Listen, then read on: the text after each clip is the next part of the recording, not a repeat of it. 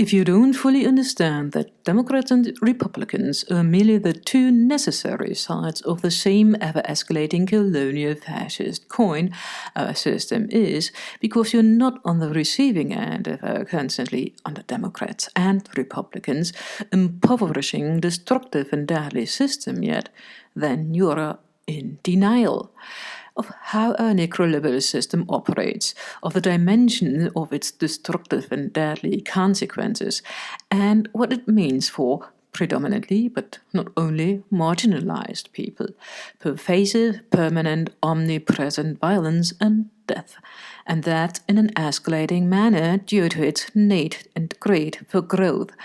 And this is a classic of DABO, denial, attack and reversal of victim and defender. Welcome to Deconstructing Necroliberalism. What I'm saying is, when you don't grasp what systemic means, that our system is systemically inherently authoritarian, and can only ever produce authoritarian structures, institutions, parties, policies and practices, then this ignorance or denial will automatically lead to even worse consequences in your thinking and acting, including system justification, victim blaming, and the reversal of victim and offender, which is at the heart of everything I said in part 1 of this series. Here's how and why that happens from a different angle. Desystemizing is another key pattern of necroliberal and authoritarian thinking. We irrationally singularize, individualize and privatize and see, or rather construct, direct causes for what is in reality systemic. We invent bad apples where we have systemic violence. We invent individual mistakes on our side where we have irrational authoritarian thinking. And we invent singularized and direct causes where in reality the system is the problem. And this causal reductionism is, by the way, also the reason why we invent scapegoats. The most marginalized people tend to come to involuntarily learn about this systemicity and see the Democrats as part and cause of the escalating problem, while the more privileged don't have to go through the efforts of unlearning our whole authoritarian belief system and myth about our nation, our political system and parties. Unwiring all your decades-long trained neural networks is literally extremely exhausting and will be avoided at all costs as long as possible, and not absolutely necessary to navigate through your own life.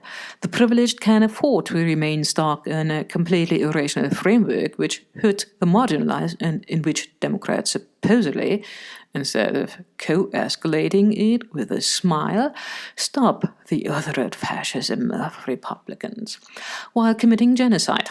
And, by the way, abroad and at home, don't forget about the indigenous people, and also how they let COVID mass disable us, which is based on eugenics. The marginalized, on the other hand, learn what the systemicity, pervasiveness, permanence and omnipresence of this kind of violence mean, and hence that we need systemic change, where those profiting off of our system of course tend to remain ignorant and continue to search for simplistic, reductionist, fake justifications, reasons and scapegoats, easy, forced, direct solutions for systemic problems, which of course cannot work. For the same reason, we fought to view singular political seats gained immediately and directly by Democrat upholders of the system as more powerful as a system and as better than building a real systemic alternative over time. Similarly, we massively overestimate the power of voting in general, a singular act every 4 years, while massively underestimating the power of the systemic ramifications of confirming and emboldening genocide. And by the way, don't be surprised at how the global south will react to you in the long term and what the effect on your economic system will be, and the myth that the American people are not the government will be destroyed by you voting for the destruction of their lives for your own comfort. And don't believe for a second that you will always be able to just bomb their resistance to you into submission. When you don't see the systemicity of the violent, the marginalized experience, you don't understand their resistance to this violent system. that they definitely want to fight the Democrats, their escalating oppressors, and definitely don't want to vote for them. And then you will only see a number of certain eminent singularized violent acts by other right-wing extremists, and this number then becomes comparable to what are indeed only singular acts of resistance, which again you don't see correctly as resistance to violence, so that you need a false surrogate explanation, which is inherent irrationality, emotionality, aggressiveness, violence, and so on. As a result, you can falsely equate, in reality, systemic violence you've artificially singularized and othered, although you are co-responsible for it, to the singular act of resistance of the othered victims, which you will then rename right and left-wing extremist violence. In other words, you falsely equate the systemically privileged to the systemically marginalized, oppressors to the oppressed.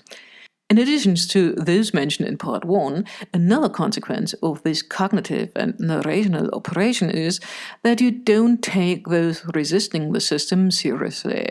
You try to paternalistically silence their supposedly unjustified dissent. You rationalize what is so rational, your co-fascist behavior, thereby elevating yourself above both the openly violent fascist and your system's victims. A supremacist move to innocence. Again, this horseshoe equation of supposed extremists on supposedly both sides allow you to reinvent yourself as non-extremist. Number 19,999 of a 20,000 steps spectrum. And then the choice on the ballot becomes between alleged extremism and your supposed moderateness as at point number 90,999.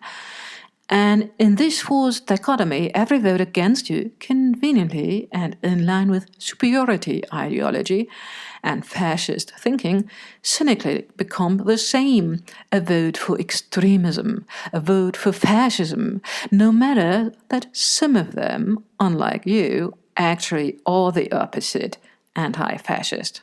And yours is actually the extremist one too. And thus we have the reversal of anti-fascist victim and fascist offender.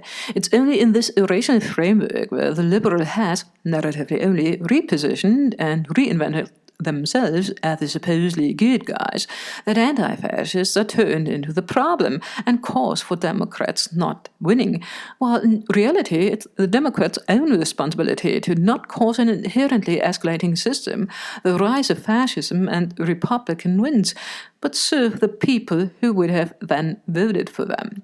In other words, as a liberal, you're victim blaming. You're blaming those who are most likely way more marginalized than you, way more a victim of our necroliberal system than you are, who vote for and want to uphold this system you're benefiting from.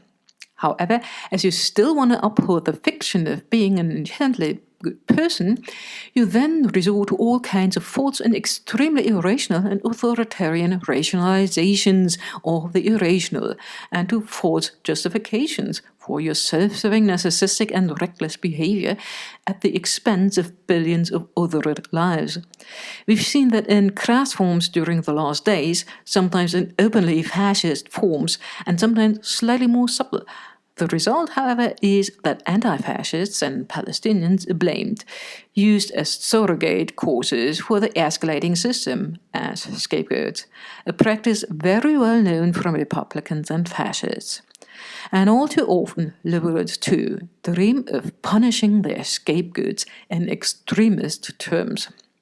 Put differently, liberals have successfully shifted the responsibility for an escalating system away from the most powerful and privileged onto the most powerless and marginalized, from the system itself, which benefits them, the Dems and themselves, to individuals who actually try to stop this escalating fascistization.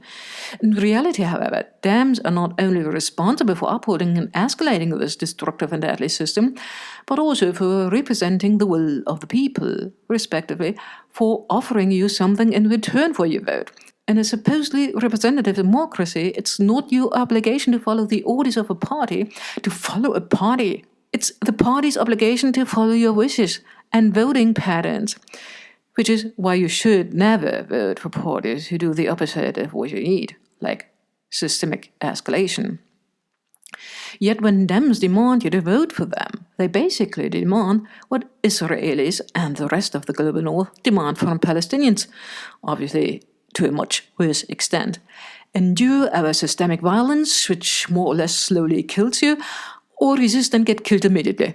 Submit or die. Take our supposedly lesser evil fascism or their supposedly direct fascism. Let us do a little genocide, whatever that means, so we can keep the system which permanently requires genocide all over the world against indigenous communities for our corporations and our cheap groceries. Or get annihilated. To sum up segment 2 is the white supremacist self-exonerating fairy tale-like desystemization which allows for the system's escalation. This denialism and ignorance is the very cause of what liberals cry about, fascistization. By the way, the denialist desystemization of systemic violence can also be observed in those liberals' listings of which president is supposedly the only criminal one in a centuries-long history of slaveholders, segregationists, fascists, coup plotters, war criminals, mass murderers, sexual predators, and genociders. Under Necroliberalism, you have the choice between these kinds of murderers, death cults and death. And now I've mentioned parenthetically the appeal to the law, the false idea that illegality signifies immorality and legality morality, which ignore that, were that to be true, those with the power to enact legislation would be those who were given the power to judge about what is moral and what isn't. Yes, that's basically what we do in our society, yet it's deeply wrong. Evidently, just because slavery and the Holocaust were legal, they weren't morally good.